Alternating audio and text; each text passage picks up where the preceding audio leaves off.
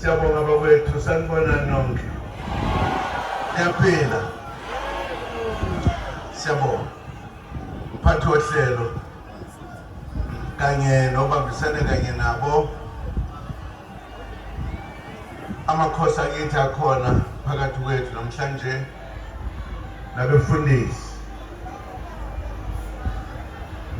nalabo esababambise ukuthi bahole uMkhonto weSizwe abakhona phakathi kwethu nawonke amalungu oMkhonto weSizwe akhona phakathi kwethu namhlanje. Ngifisa ukubonga kakhulu ukuthi namhlanje sikhulume ngobuningi bethu ukuthi sizoba lapha ndawonye sikhulume ngodaba lwezwe lethu.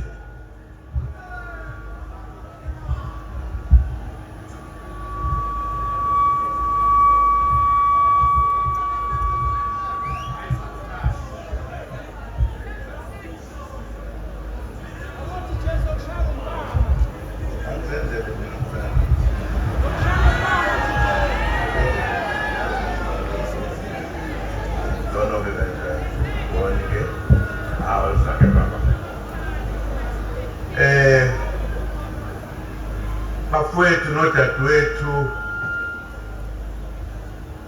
siyazi ukuthi sihlangene lapha nje ngoba kukhona ukusikhipha emakhaya ukuthi size la. Okuyiqiniso ukuthi sesiqede 30 eminyaka sakhululeka. Ngemva kokulela inkululeko 10 eminyaka. Kuloko kulela inkululeko kwaboshwa abantu abaningi iminyaka eminingi. Baphinda futhi balimala abantu abaningi.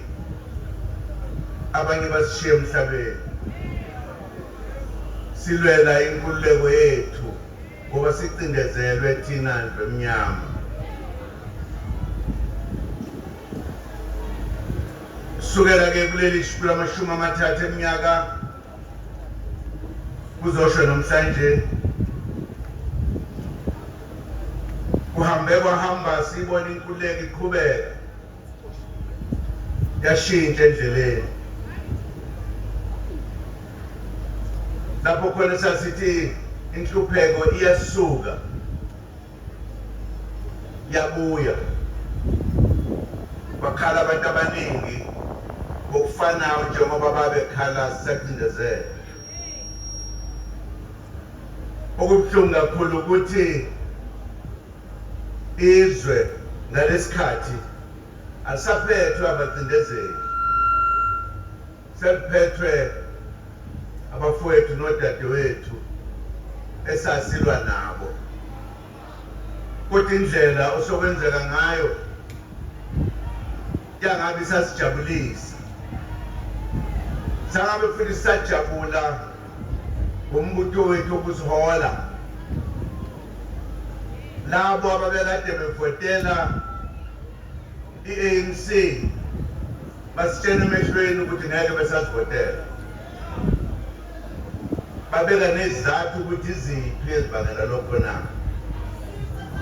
Kodwa thina saziba sangafuni ukuyikhuluma le ndaba. Noma besitshena ukuthi kukhona abasembusweni abangabaholi bethu abangakwenzi kahle, sangabe sakhuluma ngabo. Bathi noma benza amaphutha abanye abaholi babavikele bengathi abenzanga lutho, bonile.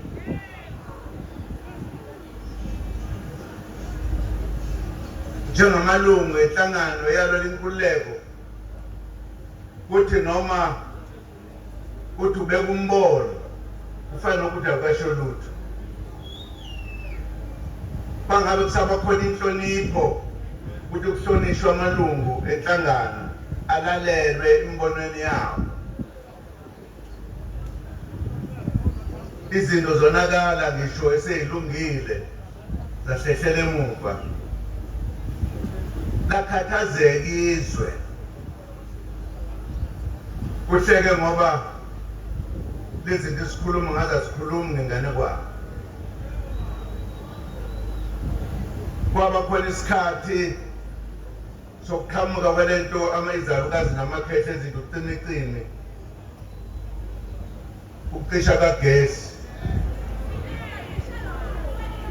kwathi saqhamuka sawuvimba sisekuhulumeni yaphela inyanga ngaleyo nkathi ngangumongameli ngaze ngenza inkulumo yathi ngeke iphinde ibe khona lento ngoba sase siyiqedile.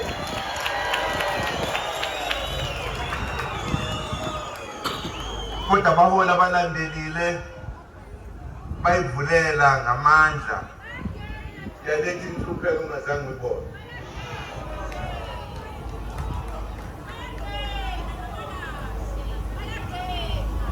Yilokhu kokwenza ukuthi sibone ukuthi izwe alisaphathekile kahle, akusekho ezandleni ezikunene nezihloniphayo. Noma sikhuluma singabahlali singabe sisanakwa. Yilokhu kokwenza ukuthi sithathe inqumo zokuthi asishintshe izinto eSouth Africa. Yilento ethe asikulungise lokho sekonakele. Yilungelo lethu njengezakhamizi zakuleli. Angazi ukuthi yini bangela abantu ukuthi bathuka abanye abantu uma kulungiswa izinto basazibonisa ukuthi bangamabhokolo nje bangakhuluma noma yini abayithandayo ngoba bethi bakuhulumeni. Ngeke ke sikuvumele lokho. Ingakho sila ukuzohlomisana nokunikana ulwazi lokuthi lenkululeko esayilwela sayithola ayikafiki ekugcineni. Akekho umuntu ozosithwalela yona ayifikise ekugcineni. Yithi kuphela. Indlela okufanele ukuthi senze ngayo. Ziningi izinto ebesingakayifezi sathi sizoyifeza. Ziningi izinto ezonakele.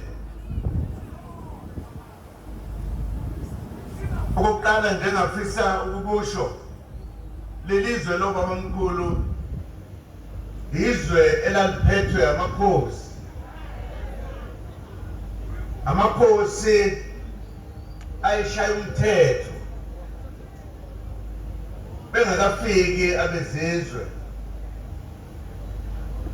Noma imithetho yethu yayingabhaliwe phansi kodwa yayihlonishwa yonke. Babungekho ubugebengu, ayengekho amasela, babengekho abantu ababulala abantu.